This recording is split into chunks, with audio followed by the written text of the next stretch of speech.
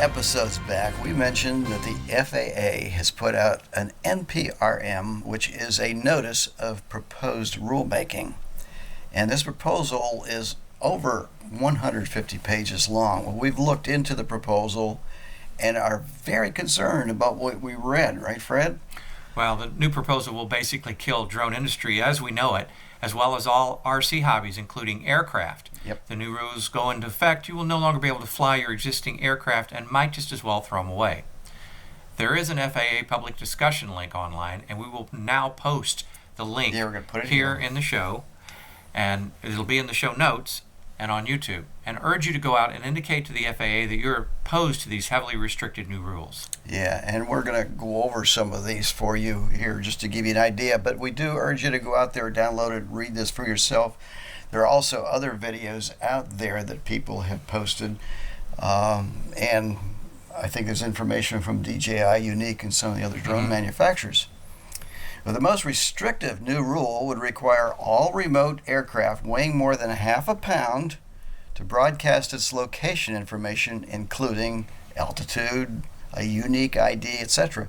If the aircraft is not capable of doing that, then the ground station must transmit that information, and in that case, the aircraft is restricted to flying no more than 400 feet from the transmitter and only in FAA pre-approved locations. Now, 400 feet, that means 400 feet horizontally, vertically. I mean, that's just a little over a football field. There's not much you can do.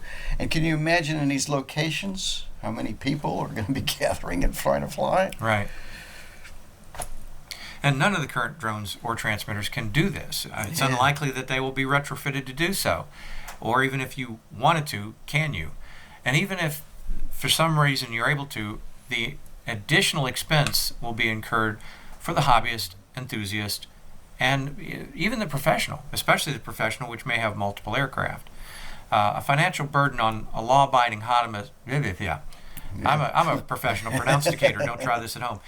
An unfair financial burden on the law-abiding hobbyist and those few individuals who now fly near airports and restricted areas and fly beyond the line of sight will not be upgrading their systems and will continue to disobey the new rules. In other words, if those of us who are doing the right thing are being restricted, the ones that aren't doing it are just going to keep doing what they've been doing. Exactly. And it's just, that's the biggest problem. How do you enforce this unless you're going to have some kind of spy in the sky everywhere? So really, these rules are unlikely to have the intended effect and will basically kill off this RC hobby, which is a shame, because I think there's a lot of potential. Oh, there's a lot of people who love doing the fixed-wing RC and the they've been around for helicopters. ages. So drones are not a new thing with radio control. I think craft. the RC aircraft goes back 50 years. Yeah. I mean, drones are relatively new. A lot of people love to build them and fly them. So. Yeah. Well, listen, I'm going to say something. I'm a licensed private pilot, so I am concerned about safety in the air. But I do believe that many of the FAA proposals go way too far and don't necessarily make the skies any safer. You also have to consider, in order for the transmitter and/or aircraft to transmit the ID and location information, the owner would also likely have to have access to some type of cellular service, which would likely mean an additional monthly fee, even when the aircraft isn't flying.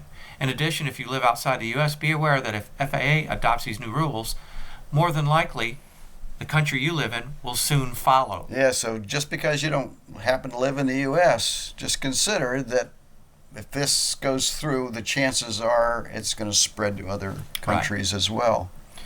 As proof in the proposal is stated, a network of remote ID UAS service suppliers would collect the identification and location in real time from in-flight UAS. Yeah, that's the drone with the unmanned aircraft system. Right. Yeah. The remote ID USS would perform this service under contract with the FAA. Who do you think will be paying for that contract service? You and I. You and I will be. Yes, it'll be an additional fee that you're going to have to pay for in order to upload this.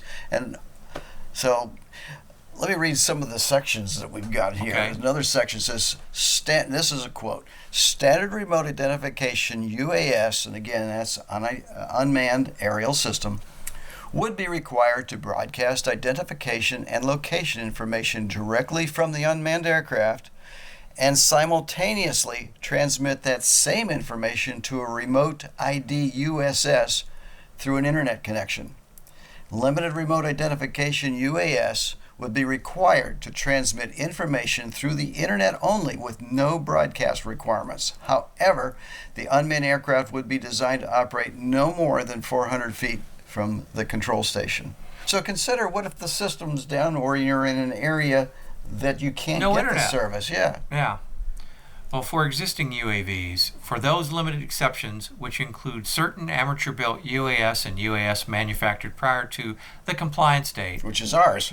right, the operators flying UAS without remote identification capabilities would be permitted to fly only at certain specific geographic areas established under this rule specifically to accommodate them. This proposal envisions that within 3 years of the effective date of this rule, all UAS operating in the airspace of the United States would be compliant with the remote identification requirements. No UAS could be produced for operation in the United States after 2 years, and no UAS could be operated after 3 years except in accordance with the requirements of this proposal. So what they're basically saying there is that if it passes, yes, from that point up to 3 years, you'd still be able to fly your drones in certain FAA approved areas. And again, that's another thing where they can make the rules on that and be Yeah. as restrictive or not restrictive. so as they you want. might have to travel 50 miles, 100 miles to the and when you get there may be another 30 or Maybe- 40 other people there. Because there may be flying a around. whole bunch of people trying to do the same Yeah, thing. so forget capturing those great aerial images that you want, because Right. with photography, you might as well take the camera off of it. Well, give us another section, Jim. Well, here's another section, and again, this is a quote. This is right out of the proposal. Remote identification would also strengthen the FAA's oversight of UAS operations and support efforts of law enforcement and national security agencies to address and mitigate disruptive behavior and hazards which may threaten the safety and security of the airspace of the United States. And really? Do you think that someone, again, who intentionally is setting out to violate airspace rules is going to be using a UAV that's transmitting its position? Let's get real. This rule only puts additional burdens on those of us who follow the laws and the rules.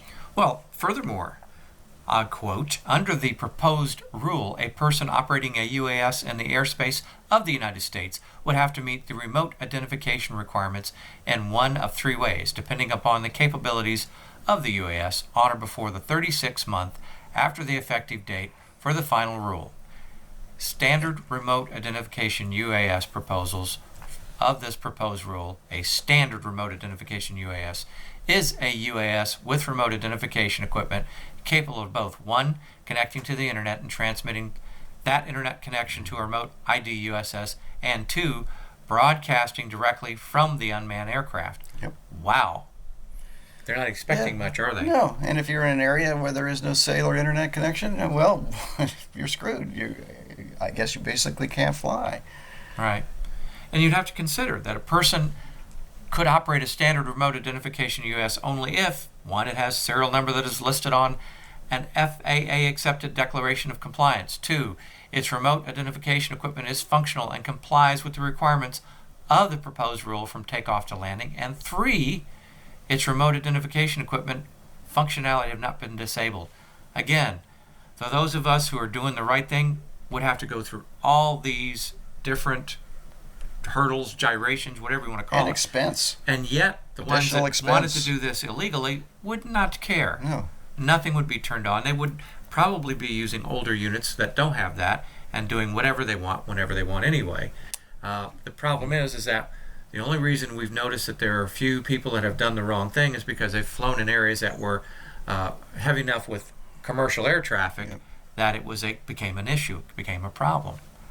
Yeah, well, here's further quotes. For purposes of this proposed rule, a limited remote identification UAS is a UAS that, 1, is designed and produced to restrict operation to no more than 400 feet from its control station. So the UAS basically would stop when it got more than 400 feet. Again, that's vertically or horizontally. Mm-hmm. 2, is capable of connecting to the internet and transmitting the remote identification message elements through that internet connection to a remote ID USS. And 3, cannot broadcast remote identification message elements. Yeah, so if you don't have a drone that can connect to the internet, well, I was going to say, though, none of us what do. it sounds like is even if you are connecting, there's a 400-foot thing. Yeah, it's confusing. Yeah.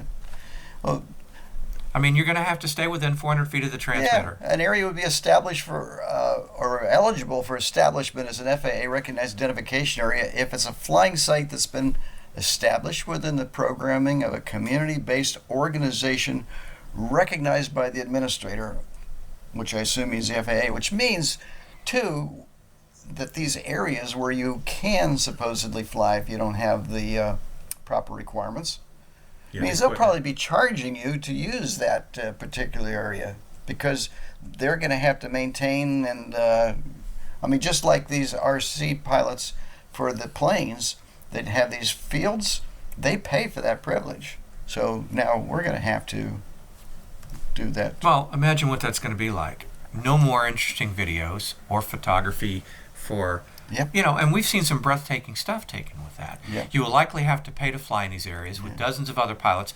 And what about the people who have been flying to do, realty? Yeah, well, commercial, I'm sure that The commercial flyers who use this for real estate businesses Yeah, well, that want... they'll you know. definitely, and maybe if the 107 classification, maybe that's what needs to be done. Those people maybe should have this remote identification, but for the people that fall under the non-107, But even then, most of them They don't have that. That means they're going to have well, they to wouldn't, go out and spend the additional money, because And I really it's don't pretty know- unlikely that they'll be able to retrofit Yeah, craft. I don't and if know they what it do, would that'll take. change the weight. Yeah. That'll change fly time. Oh, it'd change it's a just lot. a whole bunch more of battery things. usage because you've got an additional transmission.